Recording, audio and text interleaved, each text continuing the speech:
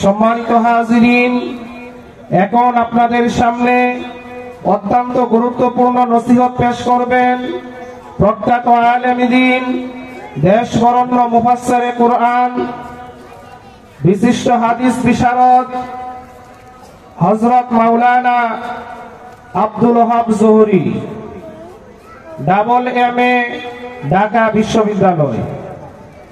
হযরতকে তার জ্ঞান গর্ব আলোচনা পেশ করার জন্য এন্তেজামিয়া কমিটির পক্ষ থেকে সবিনয় অনুরোধ জানাচ্ছি। আসসালামু আলাইকুম ওয়া রাহমাতুল্লাহি ওয়া তাআলা ওয়া বারাকাতুহু। তাওহীদ কি আমানত सीनों में है हमारा, आसान ही मिटाना नामो निशान हमारा, आसान ही मिटाना नामो निशान हमारा। अल्हम्दुलिल्लाह अल्हम्दुलिल्लाह वकफा व सलामुन अला इबादिल्लाहि अल्लज़ीना इस्तफ़ा, अम्मा बअद। فقد قال الله تعالى في كلامه المجيد والفرقانه الحميد: أعوذ بالله من الشيطان الرجيم. بسم الله الرحمن الرحيم. اليوم نختم على أفواههم وتكلمنا أيديهم وتشهد أرجلهم بما كانوا يكسبون. وقال تعالى في آيات أخرى: يا أيها الذين آمنوا اتقوا الله وكونوا مع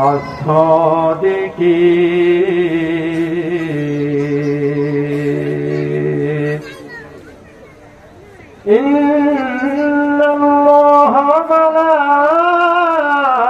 وملائكته يصلون على النبي يا أيها الذين آمنوا صلوا عليه وسلموا تسليما. بلغ العلا بكماله كشف الدجى بجماله حسنت ذنه خصاله. صلوا عليه وآله. قوت عشق سے ہر پشت کو بلا کر دے. دہر میں اسمی محمد سے উজালা কারো দে।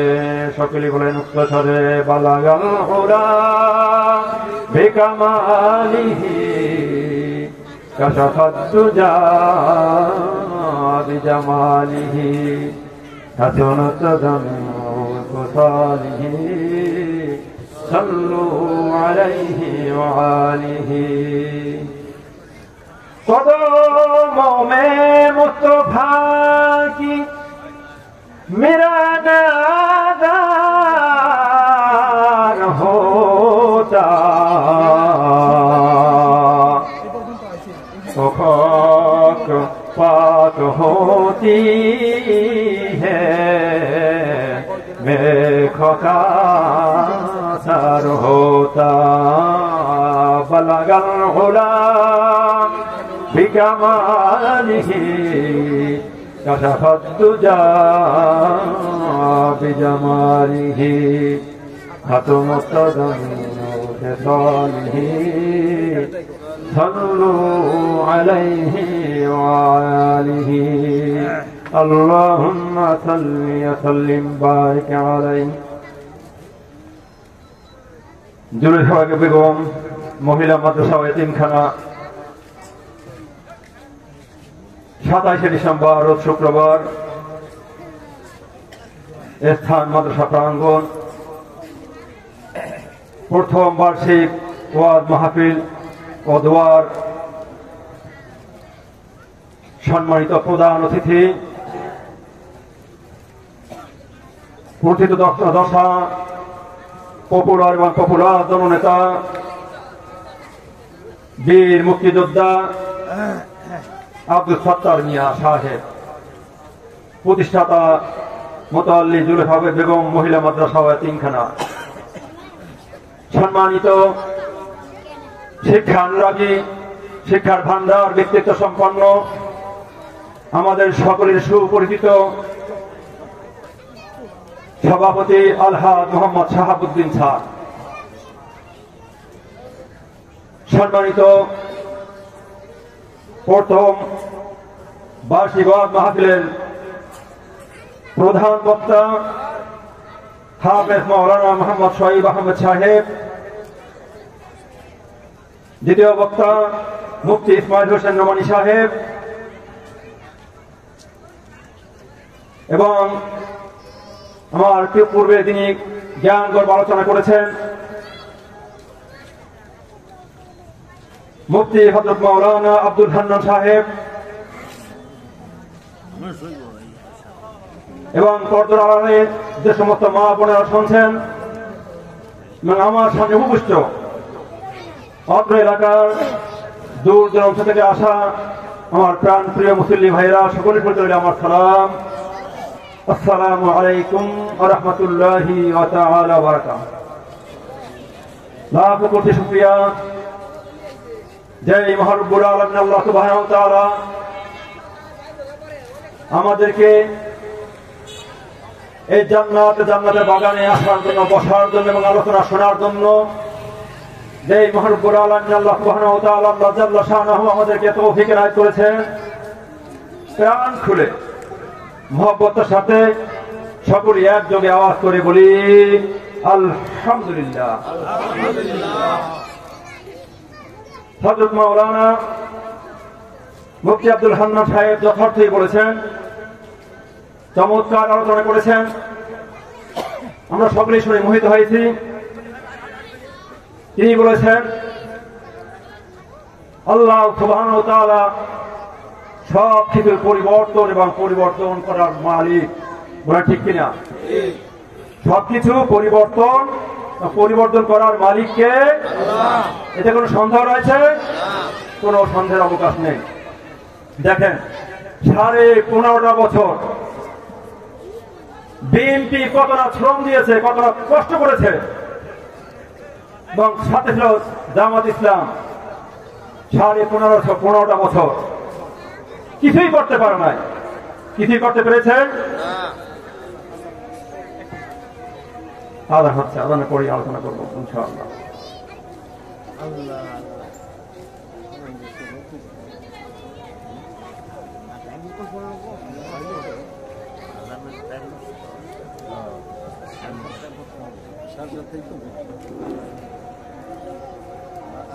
সকলে বসেন কেউই উঠবেন না সালাতের সময় দেওয়া হবে মেহরবানি করে সকলেই বসুন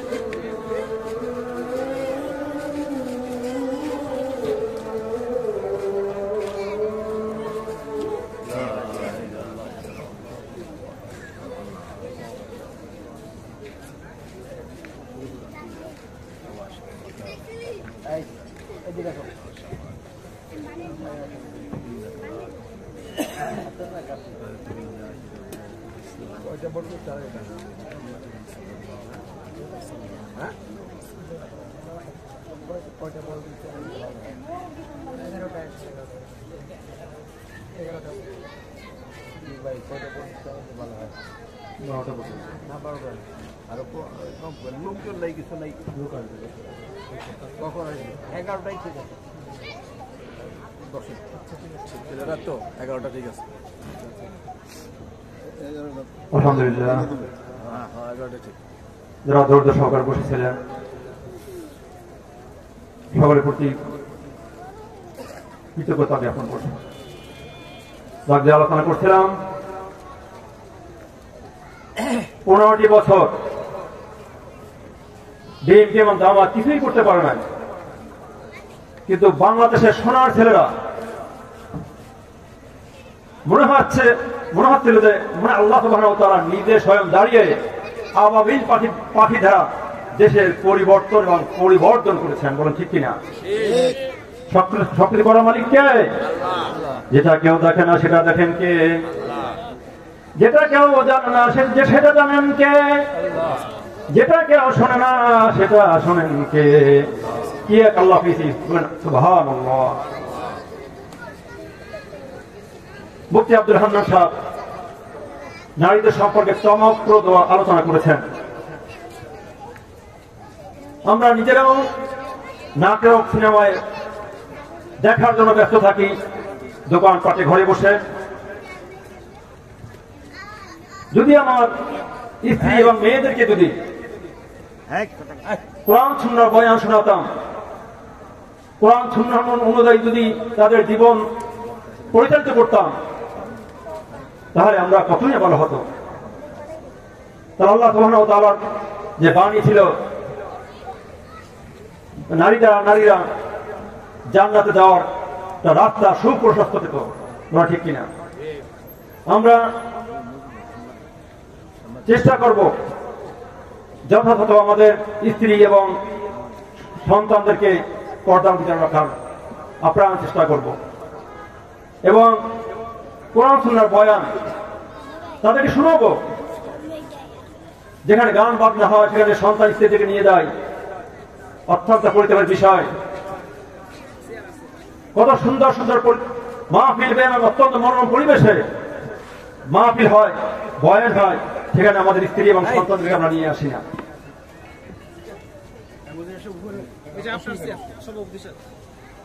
যদি আমাদের স্ত্রীরা সন্তানরা যদি বয়ান শুনতেন মনোরম পরিবেশে, তাদের গর্ভ থেকে আসতেন বড় পীর আব্দুল কাদের মার মতো তাদের সন্তান, এবং বাইজিদ মোস্তামির মতো সন্তান।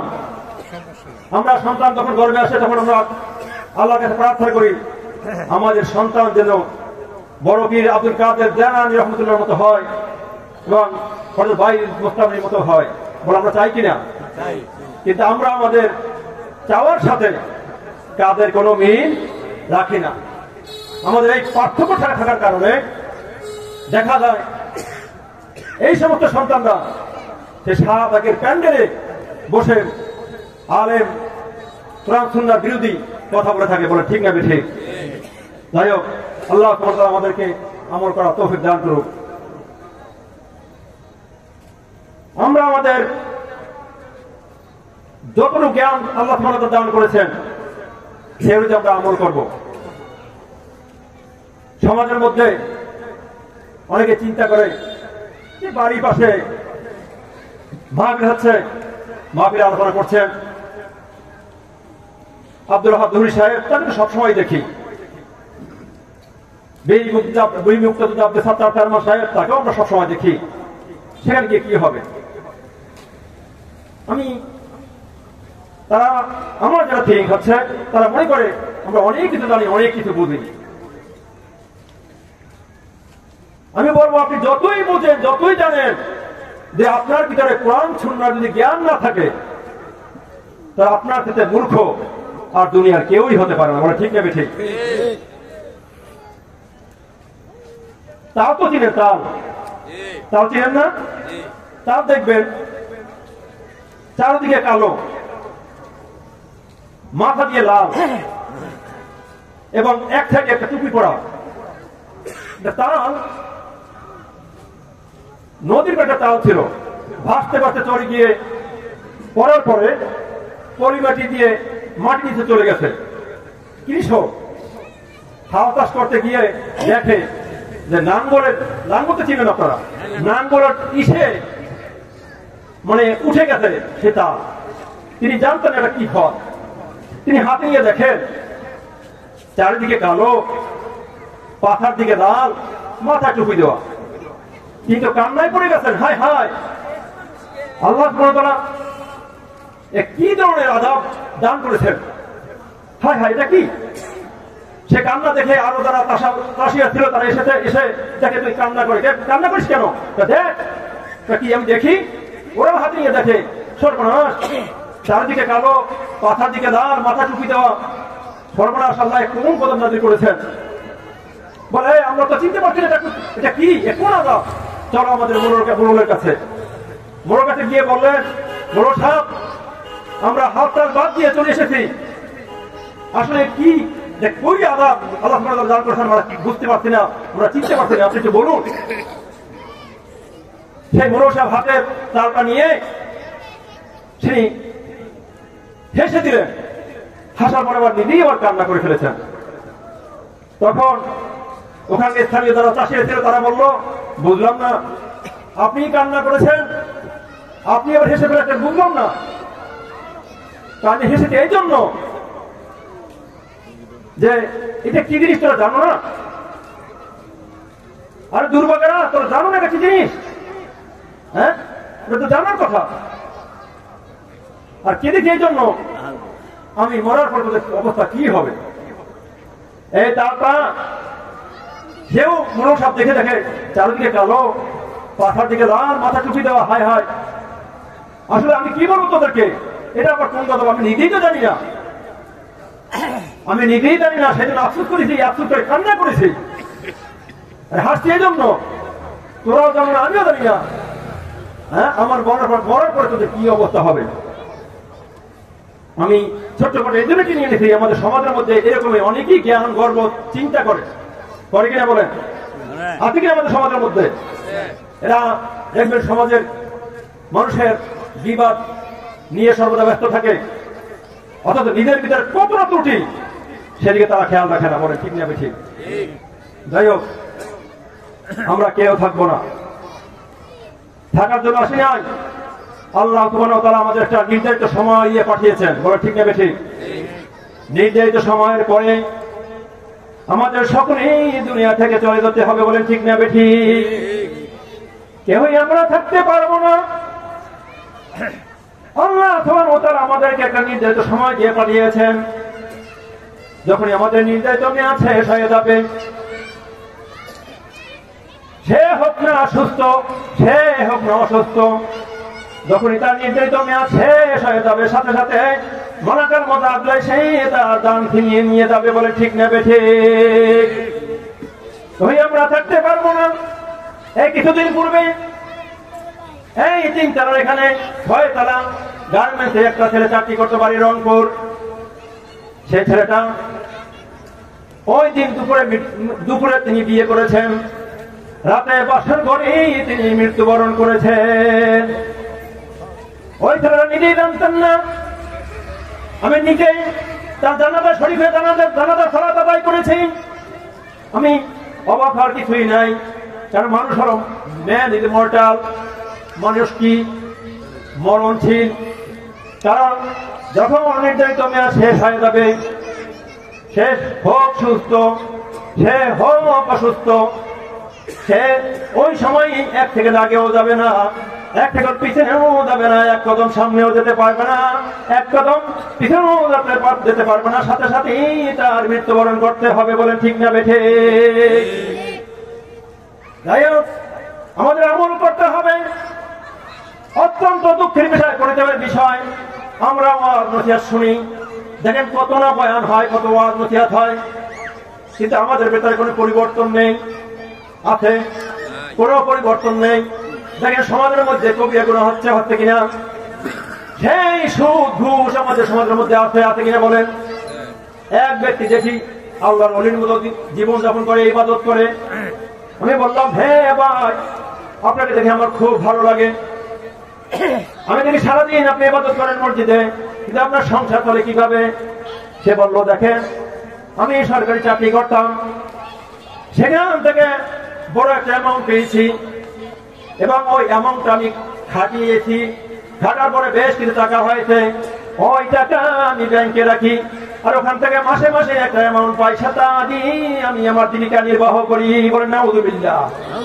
আমি বলবো, এটা তো সুদ, হারাম কবিরা গুনাহ। আপনার পুরো জীবন আপনি যতই ইবাদত করেন না কেন, যতই আপনি বন্দী করেন না কেন, যতই তাহাজ্জুদ আদায় করেন না কেন, আল্লাহর দরবারে আপনার কোনো ইবাদতই আপনার কবুল হবে না। কারণ এবার বন্দেগী কবুল হওয়ার পূর্ব শর্ত হলো হালাল রিজিক। বলে ঠিক না বেঠিক? হালাল রিজিক। আপনার হারাম রিজিকের দ্বারা আপনার জীবন পরিচিত হচ্ছে, আপনার ইবাদত কঠিনকালে আল্লাহর দরবারে কবুল হবে না। ইবাদত তাই করেন না কেন, ওই ভাসমান অবস্থা থাকবে, ঠিক ভাসমান অবস্থা থাকবে। যাই হোক, সময় সংক্ষিপ্ত আলোচনা সমাধান শুরু করেছি, এর মধ্যে চিঠি পেয়ে গেছি। যাই হোক, আমরা কি করবো? আমল করব। কি করবো? আমল করব। আমরা ওয়াজ শুনি, বয়ান শুনি, যদি আমাদের তা ঠিক না হয়, এই ওয়াজ বয়ান শুনে কোনো ফায়দা নেই। কোনো ফায়দা আছে? কোনো ফায়দা নেই। যাই হোক, সব কিছুর মালিককে, আল্লাহর কাছে সবচেয়ে প্রিয় হলো বান্দার হেদায়াত। আপনি গুনাহ করেছেন, ওমর কি ছিল আমরা সকলেই জানি। যে ওমরের ভয়ে কেউ তার সামনে যেত না, সেই ওমর কি এমন এক বুজুর্গ ব্যক্তি হয়েছে, এমন এক বুজুর্গ ব্যক্তি হয়েছিল। আল্লাহ হাবিব সাল্লাল্লাহু আলাইহি ওয়াসাল্লাম বলেছেন, আমার পরে যদি কোনো নবী হতো সে হলো ওমর। এই ওমরই আল্লাহর হাবিব সাল্লাল্লাহু আলাইহি ওয়াসাল্লামকে মারার জন্য এসেছিল, আসলে কিনা বলেন? ওইদিকে আমি যাব না। যাই হোক, যেটা জানেন না সেটা জানেন কে? আল্লাহু আল্লাহু তুমি জানলে জালালু, শেষ করা তো যায় না গিয়ে তোমার গুণগান। আল্লাহু আল্লাহু তুমি জানলে জালালু, শেষ করা তো যায় না গিয়ে তোমার গুণগান। আল্লাহু আল্লাহু বলে ঠিক কিনা? তুমি কাদের গাফার, তুমি জলিল জব্বার, অনন্ত অসীম তুমি, অনন্ত অসীম তুমি জলিল জব্বার। তুমি কাদের গাফার, তুমি জলিল জব্বার, অনন্ত অসীম তুমি রহিম রহমান। আল্লাহু আল্লাহু তুমি জানলে জালালু, শেষ করা তো যায় না গিয়ে তোমার গুণগান।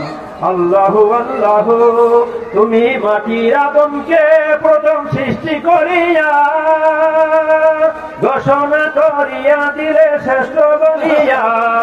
তুমি মাটির আদমকে প্রথম সৃষ্টি করিয়া ঘোষণা করিয়া দিলে শ্রেষ্ঠ বলিয়া। তাই নূরের ফেরেশতা করে আদমকে সেজদা, তাই নূরের ফেরেশতা করে আদমকে সেজদা। তুমি সবার দিয়ে দিলে মাটির মানুষকে সম্মান। সবাই বলেন আল্লাহু আল্লাহু তুমি জানলে জালালু, শেষ করা তো যায় না গিয়ে, শেষ করা তো যায় না গিয়ে তোমার গুণগান। আল্লাহু আল্লাহু শিশু মুসা নবীরে যখন দুশ্মনীর ডরে সিন্ধুকে ভরিয়া দিল বাসায় সাগরে। শিশু মুসা নবীরে যখন দুশ্মনীর ডরে সিন্ধুকে ভরিয়া দিল বাসায় সাগরে। প্রাণে ছিল যাহার ভয় সেথায় পেল সে আশ্রয়, প্রাণে ছিল যাহার ভয় সেথায় পেল সে আশ্রয়। সে দুশ্মনীর হাতে তাহার বাঁচাইলে প্রাণ। আল্লাহু আল্লাহু তুমি জানলে জালালু, শেষ করা তো যায় না গিয়ে তোমার গুণগান। আল্লাহু আল্লাহু যখন ইউনুস নবীরে খাইল মাছেতে গিলিয়া, ফেরেশতা পাঠাইলে তখন এসমে আদম দিয়া। যখন ইউনুস নবীরে খাইল মাছেতে গিলিয়া, ফেরেশতা পাঠাইলে তখন এসমে আদম দিয়া। দমে দমেতে হরদম ওরে সে, দমে দমেতে হরদম ওরে সে এসমে আদম, দমে দমেতে হরদম ওরে সে এসমে আদম। সেই মাছের উদার হাতে সেজে পেল পরিত্রাণ। আল্লাহু আল্লাহু তুমি জানলে জালালু, শেষ করা তো যায় না গিয়ে তোমার গুণগান। আল্লাহু আল্লাহু আল্লাহ সুবহানাহু ওয়া তাআলা সূরা ইয়াসিনের 65 নম্বর আয়াতে আল্লাহ সুবহানাহু ওয়া তাআলা বলেন, আল ইয়াওমা নাখতিমু আলা আফওয়াহিহিম ওয়া তুকাল্লিমুনা আইদিহিম ওয়া তাশহাদু আরজুলুহুম বিমা কানু ইয়াকসিবুন। আল্লাহু আকবার। আল্লাহ সুবহানাহু ওয়া তাআলা বলেন, আল ইয়াওমা নাখতিমু আলা আফওয়াহিহিম, তোমরা যতই জানো যতই বুঝো তোমরা এরকম থাকবে না কিয়ামতের মাঠে। ওই দিনকে তোমরা স্মরণ করো, যে দিন তোমাদের মুখে তালা দেওয়া হবে। কি দেওয়া হবে? তালা দেওয়া হবে, তালা এটে দেওয়া হবে। তোমরা যা মন চায় তাই তোমরা বলতে পারবে না, যা কিছু করতে চাও তার কিছুই করতে পারবে না। কারণ যেটা জানেন কে, সেটা জানেন কে? আল্লাহ জানেন। আল্লাহ তাই মুখের ঘরে তালা দিয়ে দেবেন। কত করলি মুনা আইদিহিম, কি করবে? হস্তদায় কথা বলবে, হাত কি করবে? হাত কথা বলবে। ওয়া আরজুলুহুম বিমা কানু ইয়াকসিবুন, এবং পা সাক্ষী দেবে তা সে জীবনে কি কি করেছে। আপনি এখানে মন গড়া কথা বলেন, আপনি এখানে মন গড়া অনুযায়ী আপনি চলেন, কিন্তু কাল কিয়ামতের মাঠে হাসরের ময়দানে আপনি যা চান তাই আপনি বলতে পারবেন না। শুধুমাত্র আল্লাহ সুবহানাহু ওয়া তাআলা যেটা বলার অধিকার দিবে, যেটা বলার জন্য আল্লাহ সুবহানাহু ওয়া তাআলা আদেশ করবেন, সেটাই ওই ব্যক্তি বলতে পারবে। মানুষের জীবনে তিনটা স্তর রয়েছে। কয়টা স্তর? তিনটা স্তর রয়েছে। একটা হলো ইহকাল।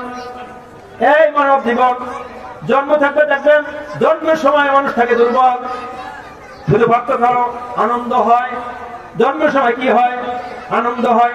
দেখবেন ওই ব্যক্তি আবার মৃত্যুর সময় আবার সে দুর্বল হয়ে যায়।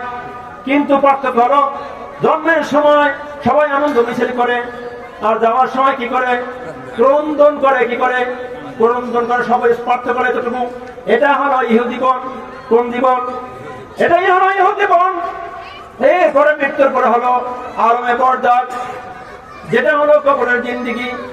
আলমে বরজাক আল্লাহর হাবিব সাল্লাল্লাহু আলাইহি ওয়াসাল্লাম জানিয়ে দিয়েছেন, এই দুনিয়াতে প্রথম মৃত্যু দেখতে হলো হযরত হাবিব আলাইহিস সালাম, আর সর্বশেষ সিংহাই পকেট পড়ে যে ব্যক্তি মারা যাবে সে হবে একজন মহিলা। কি হবে? একজন মহিলা। সে কবরে 40,000 বছর জিন্দেগি করবে। একটু যোগ দিয়ে করে দেখেন, আপনি আমি দুনিয়া থেকে চলে যাওয়ার পরে আলমে বরজাকে কতদিন থাকবো? বিশাল সময় যেখানে থাকতে হবে সেখানে কিছুই থাকবে না। ডানে মাটি, বামে মাটি, নিচে মাটি বিছানা, উপরেতে পাশের ছাউনি, চিন্তা কেন করো না? বলে ঠিক নেবে? ঠিক। আমরা এই কবরের জিন্দেগি চিন্তা করি না। দুনিয়ায় মাত্র 60 বছর, 70 বছর, সর্বোচ্চ হলে 100 বা 120 বছর। 100 বছর, 120 বছরের মানুষ কিন্তু খুঁজে পাওয়া মুশকিল, দুরূহ বিষয়। আল্লাহ নবী সাল্লাল্লাহু আলাইহি ওয়াসাল্লাম বলেছেন, আমার উম্মতের গড় আয়ু হবে 60 বছর। কত বছর? 60 বছর। 55 থেকে 60 বছর। এটা হলো কি? আল্লাহ নবী সাল্লাল্লাহু আলাইহি ওয়াসাল্লামের উম্মতের গড় আয়ু। দেখেন এই সংক্ষিপ্ত সময় আমরা কত না চিন্তা করি, কত না ফিকিরি করি। আমাদের আমল সন্ধান না করে বড় বড় বিল্ডিং তৈরি করি আমরা। সম্পদ 2 বিঘা থাকলে তাকে 4 বিঘা করি, 4 বিঘা থাকলে আমরা সেটা 8 বিঘা করার চিন্তা করি। আমি গর্বের সাথে আমি বলতে চাই, আমাদের বীর মুক্তিযোদ্ধা সাত্তার সালমান সাহেব, আল্লাহ তাআলা তাকে মন দিয়েছেন, ধর্ম দিয়েছেন। আমাদের সমাজে অনেকের দান দিয়েছে, কিন্তু দান করার মতো মন দেয় নাই। কিন্তু জননেতা জনপ্রিয়তা যার আছে, তিনি হলেন আব্দুল সাত্তার সালমান সাহেব, সাবেক চেয়ারম্যান, আমরা সকলেই চিনি। তিনি দেখেন না তার নিজ ইচ্ছায় তিনি মসজিদ নির্মাণ করেছেন এবং তিনি মাদ্রাসা নির্মাণ করেছেন। এই মাদ্রাসা এই স্থানের মধ্যে সবচেয়ে বড় মাদ্রাসা। যে মাদ্রাসার উদ্বোধনের আগে তিনি 3 তলা পর্যন্ত প্রতিষ্ঠা করেছেন। বলে ঠিক না? ঠিক। আমরা সকলেই আমরা জানি। বলেন যে তার কথা কেন বলছেন? এলাকাতে আরো ধর্মের ব্যক্তি আছে, আছে না? আপনি বলেন তার মতো কি 3টা চেতনার লোক খুব খুবই কমে আছে। শুধু তারা বাড়ায়, রুম বাড়ায়, কিন্তু আমাদের আমলের খবর নাই। কিসের খবর নাই? আমলের খবর নাই। আমাদের কি করতে হবে? আমল করতে হবে। সময় সংক্ষিপ্ত, মনের মতো আলোচনা করতে পারলাম না। যাই তবু যে আলোচনা করেছি, আল্লাহ সুবহানাহু ওয়া তাআলা এই আলোচনার উপর